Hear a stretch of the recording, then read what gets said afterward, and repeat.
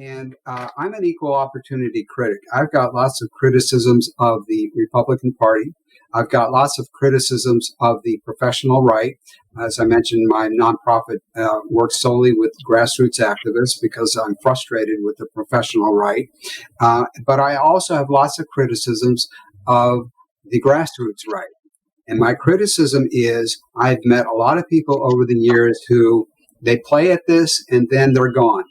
They go to grad school. They take cooking classes. They go shopping. They play and they're gone. So all they wanted to do was play.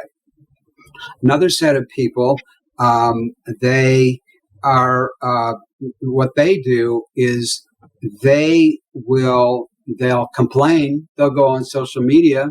They'll say things, say the right things. They'll bemoan all the bad things that are happening, and they'll say, they'll throw up their hands and they'll say, "Oh, isn't it a crying shame?" And that's the end. That's all they do. All they do is complain.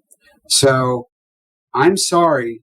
And there are people who will rant and rave about the globalists and the UN, and they'll rant about all the time about Mitch McConnell, or they'll rant about this, they'll rant about that, and they vent and they make themselves feel better.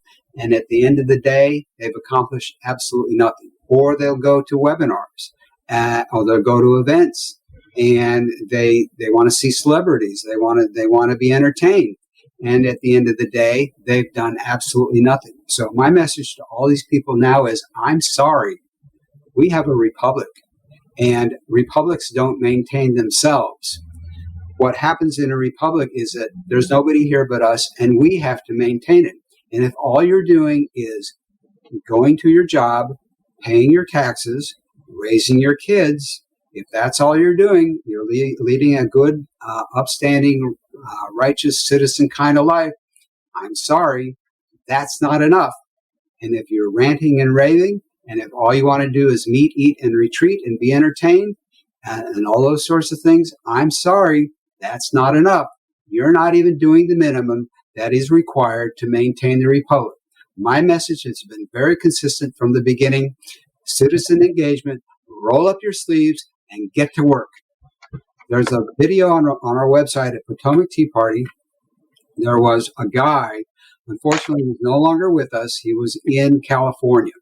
And what he did was he was an accountant, a professional accountant in a Fortune 500 company, very sophisticated guy. And he got interested in his town's pensions, the level of pensions that were paid to former city employees. And he did some analysis, and he went to the city council and he said, you people are on the wrong path. You're destroying the city because these pensions are completely unsustainable. Well, by the time he was done, he had towns from all over California consulting him, saying, what can we do about our pension mess? Now, there was one guy, he got involved, he used his noodle, he used his skills, he became an engaged citizen, and he did something effectively to address a real problem of government being out of control. And that's the model. That, to me, is what needs to happen. So you can start, anybody can start by getting a hold of the city budget and starting to go through it and seeing where the fat is, seeing where the crooked contracts are, no bid contracts or whatever. It's very easy to get started if you only roll up your sleeves, do 30 minutes of work a week.